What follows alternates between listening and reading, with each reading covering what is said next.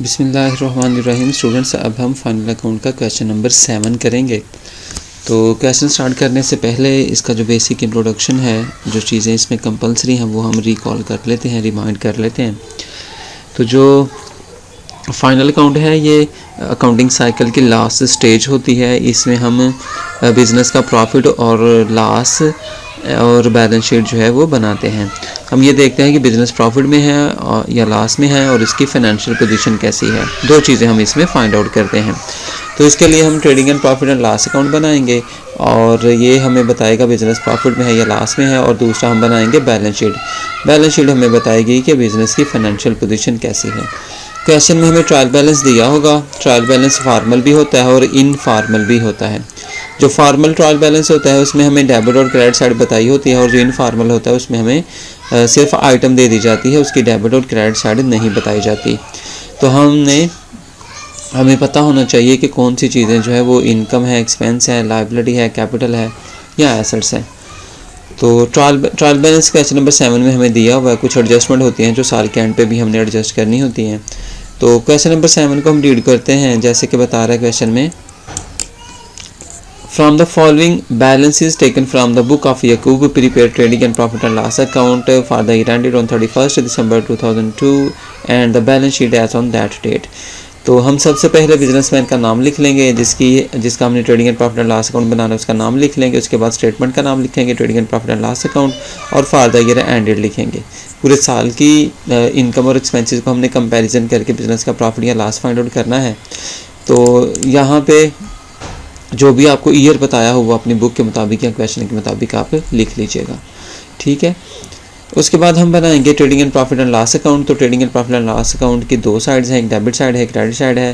पहला पोर्शन हम बनाएंगे ट्रेडिंग अकाउंट, और ट्रेडिंग अकाउंट हमें बताएगा बिजनेस को ग्रॉस प्रॉफिट हो रहा है या ग्रॉस लॉस हो रहा है। तो जो ट्रेडिंग अकाउंट है ये बनाने के लिए हमें डेबिट साइड पे 3 आइटम रिक्वायर होती हैं, जिसमें पहली जो है वो ओपनिंग स्टॉक है, फिर परचेजेज है, फिर डायरेक्ट एक्सपेंसेस हैं।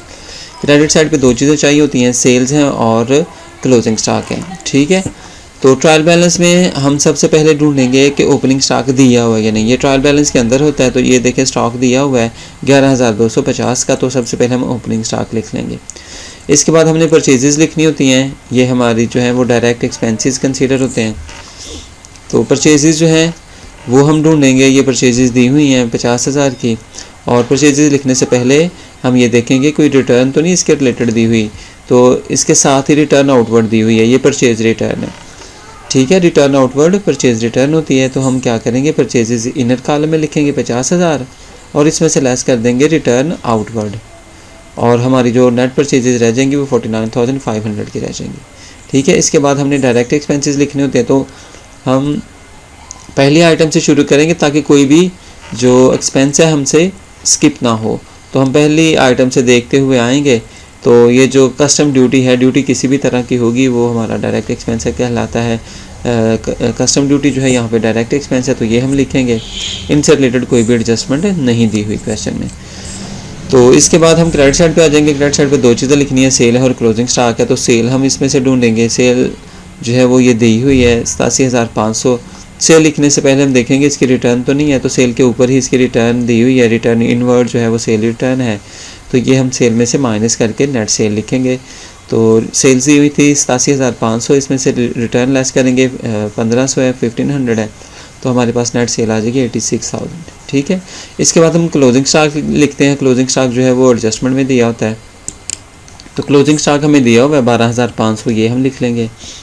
फिर हम क्या करेंगे, हम इनकम और एक्सपेंसेस का कंपैरिजन करेंगे। क्रेडिट साइड इनकम को रिप्रेजेंट करती है और डेबिट साइड जो है वो एक्सपेंसेस को रिप्रेजेंट करते हैं। इनकम का हम टोटल करेंगे जो कि 98,500 आ रहा है, और एक्सपेंसेस का हमने टोटल किया तो वो कम आ रहे थे, ठीक है। कितने कम आ रहे हैं, मीन्स के जो हमारी इनकम है वो ज़्यादा और एक्सपेंसेस कम है, और जो डिफरेंस आता है उसको हम ग्रॉस प्रॉफिट कहते हैं। ये बैलेंसिंग फिगर होती है। अगर ग्रॉस प्रॉफिट है तो ये हम डेबिट साइड पे लिखेंगे, अगर ग्रॉस लॉस होता तो ये हमने क्रेडिट साइड पे लिखना था। तो अभी इस क्वेश्चन में हमें ग्रॉस प्रॉफिट आ रहा है जो कि 34,000 है। तो ये हम बैलेंसिंग फिगर के तौर पर ट्रेडिंग अकाउंट में लिखे रहेंगे। इसके बाद हम क्या करेंगे, हम जो दूसरा इसका अकाउंट है, जिसका दूसरा पोर्शन है, जिसे हम प्रॉफिट एंड लॉस अकाउंट कहते हैं। पहले हमने ट्रेडिंग अकाउंट ऊपर वाला बनाया है, इसको हमने ट्रेडिंग अकाउंट को यहाँ पे क्लोज़ कर दिया है। अब हम प्रॉफिट एंड लॉस अकाउंट बनाएंगे। तो प्रॉफिट एंड लॉस अकाउंट में जो डेबिट साइड है इसमें इनडायरेक्ट एक्सपेंसेस लिखे जाते हैं, और जो दूसरी साइड है क्रेडिट साइड, इसमें जो हमें ट्रेडिंग अकाउंट में ग्रॉस प्रॉफिट हुआ वो सबसे पहले ट्रांसफ़र किया जाता है इसमें प्रॉफिट एंड लॉस अकाउंट में। उसके बाद जो इनडायरेक्ट इनकम होती है वो यहाँ पे लिखी जाती हैं, उनका कंपैरिजन किया जाता है, देखा जाता है कि नेट हमें प्रॉफिट कितना हुआ, नेट प्रॉफिट या नेट लॉस। तो जो ग्रॉस प्रॉफिट है वो हमने शिफ्ट किया क्रेडिट साइड पे 34,000। इसके बाद हम जो डेबिट साइड है इसमें हम देखेंगे कौन कौन से हमारे जो एक्सपेंसेस हैं जो हमें इनडायरेक्ट एक्सपेंसेस हैं वो हुए हैं, वो हमने इसमें लिखने होते हैं। तो ट्रायल बैलेंस में हम देखेंगे दोबारा से आइटम सारी देखते आएंगे, जो भी हमें इनडायरेक्ट एक्सपेंस लगेगा वो हम लिखेंगे। जैसे कि कमीशन है, कमीशन इनडायरेक्ट एक्सपेंस है, ये हम लिखेंगे। इससे रिलेटेड एडजस्टमेंट भी दी हुई है, आउटस्टैंडिंग कमीशन। तो आउटस्टैंडिंग जो है वो इनकम हो या एक्सपेंस हो मुतलका अकाउंट में ऐड ही होती है। कमीशन जो हमने पे की थी 18,750 थी, अब इसमें कुछ पेएबल है मज़ीद, अभी 1250 ये हमें इसमें ऐड करके कमीशन लिखेंगे। टोटल कमीशन जो हम पे करेंगे वो 20,000 है। ठीक है, कमीशन के बाद दूसरी साइड पे देख ले रेंट है, रेंट इनडायरेक्ट एक्सपेंस है, ये हम लिखेंगे। लेकिन रेंट की भी जो है वो एडजस्टमेंट है। तो रेंट से रिलेटेड बता रहा है प्रीपेड रेंट, ये जो 1250 हमने रेंट पे किया है ना, ये इतना रेंट नहीं बनता, इसमें से कुछ हमने एडवांस में पे कर दिया है।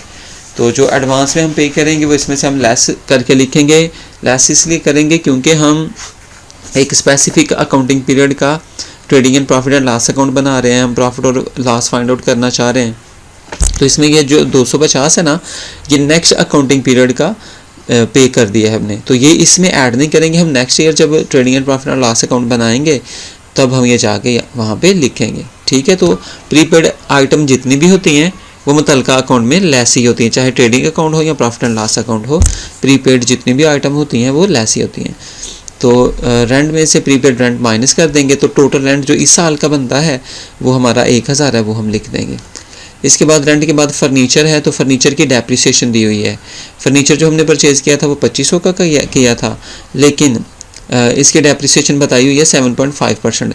तो हम क्या करेंगे, लिखेंगे डेप्रिसिएशन ऑफ फर्नीचर, और फर्नीचर की वैल्यू है 2500, मल्टीप्लाई करेंगे 7.5 ओवर 100, तो हमारे पास जो फर्नीचर की डेप्रिसिएशन आएगी वो आएगी 187.5। ठीक है, ये हम पॉइंट में ही लिखेंगे। इसके बाद हम देखेंगे रेट्स एंड टैक्सेस जो है वो हमारा इनडायरेक्ट एक्सपेंसेस है, ये लिखेंगे 750 दिया हुआ है। डिस्काउंट अलाउड, ये हमारा इनडायरेक्ट एक्सपेंस है, अगर डिस्काउंट रिसीव्ड होता तो वो इनडायरेक्ट इनकम होनी थी। डिस्काउंट अलाउड जो है वो हमारा इनडायरेक्ट एक्सपेंस है, ये हम लिखेंगे 1250। इसके बाद जनरल एक्सपेंसेस इनडायरेक्ट एक्सपेंस है, ये हम लिखेंगे 7,500। और इसके बाद डेटर एसेट है, स्टॉक भी एसेट है, cash in hand, cash at bank भी एसेट ही है। तो इट्स मीन हमने सारे अपने इनडायरेक्ट एक्सपेंसेस और इनकम अगर कोई दी होती तो वो भी हमने लिख लेनी थी। तो अब हम दोबारा से क्या करेंगे, अपनी इनकम का जो डायरेक्ट इनकम हमें हुई थी, ग्रॉस प्रॉफिट हमें आया था, इसमें से हम इनडायरेक्ट एक्सपेंसेस माइनस करेंगे। तो अगर हमारी इनकम यहाँ पे भी ज़्यादा होगी और एक्सपेंसेस कम होंगे ना, तो हमें दोबारा से नेट प्रॉफिट होगा। तो यही हमने बेसिकली फाइंड आउट करना होता है। हमारी इनकम जो आ रही थी क्रेडिट साइड पे 34,000 थी, जो कि ग्रॉस प्रॉफिट के नाम से, इसमें से सारे एक्सपेंसेस हमने माइनस किए, फिर भी हमारी इनकम ज़्यादा थी। इनकम कितनी ज़्यादा थी, 3,312.5, तो ये हमारा नेट प्रॉफिट होगा। ठीक है, इस तरह हम इसको प्रॉफिट एंड लॉस अकाउंट को भी क्लोज कर देंगे।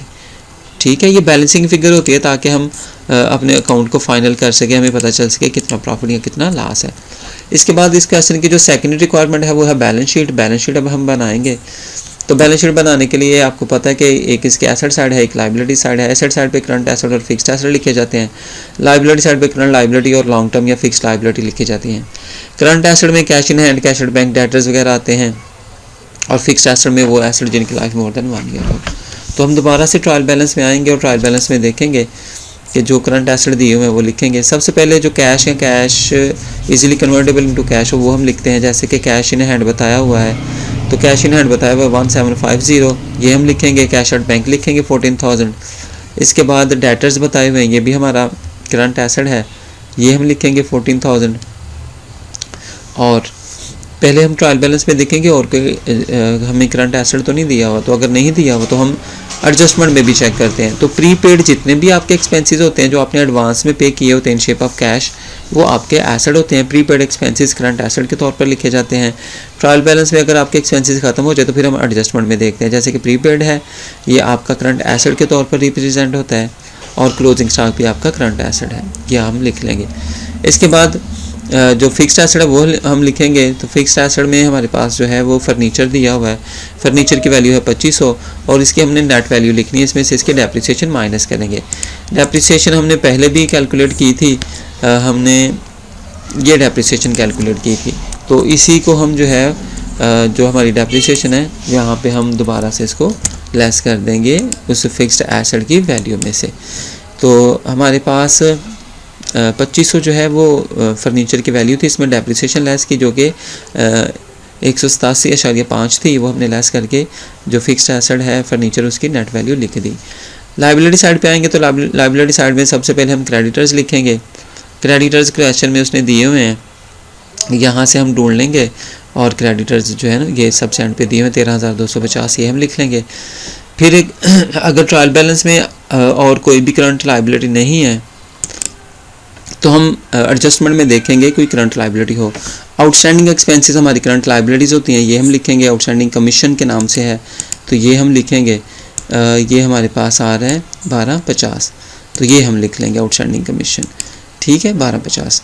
फिर हम फिक्स्ड या लॉन्ग टर्म लाइबिलिटी लिखेंगे। इसमें सबसे पहले कैपिटल लिखा जाएगा और अगर प्रॉफिट हुआ तो ऐड कर लेंगे, लॉस हुआ तो लेस कर देंगे, ड्राइंग होगी तो वो भी इसमें से लेस होगी। तो कैपिटल हमें बताया हुआ है 27,000, तो इसमें हम देखेंगे अगर ड्राइंग है तो वो लेस कर लेंगे, अगर नहीं है तो हम प्रॉफिट इसमें ऐड कर देंगे। तो ड्राइंग नहीं है तो इसमें हम नेट प्रॉफिट ऐड करेंगे जो कि 3312.5 है, ये हम ऐड करेंगे तो हमारे पास जो नेट कैपिटल है वो आ जाएगा। अब हम एसेट और लाइबिलिटीज़ का टोटल कर लेंगे और ये टोटल जो है वो इक्वल ही आता है और ये हमें हमारे बिज़नेस की फ़ाइनेंशियल पोजीशन शो करता है। उम्मीद है आपको समझ आई होगी। कोई प्रॉब्लम हो, कोई इशू हो तो लाजमी पूछिएगा। बहुत शुक्रिया, अल्लाह हाफ़िज़।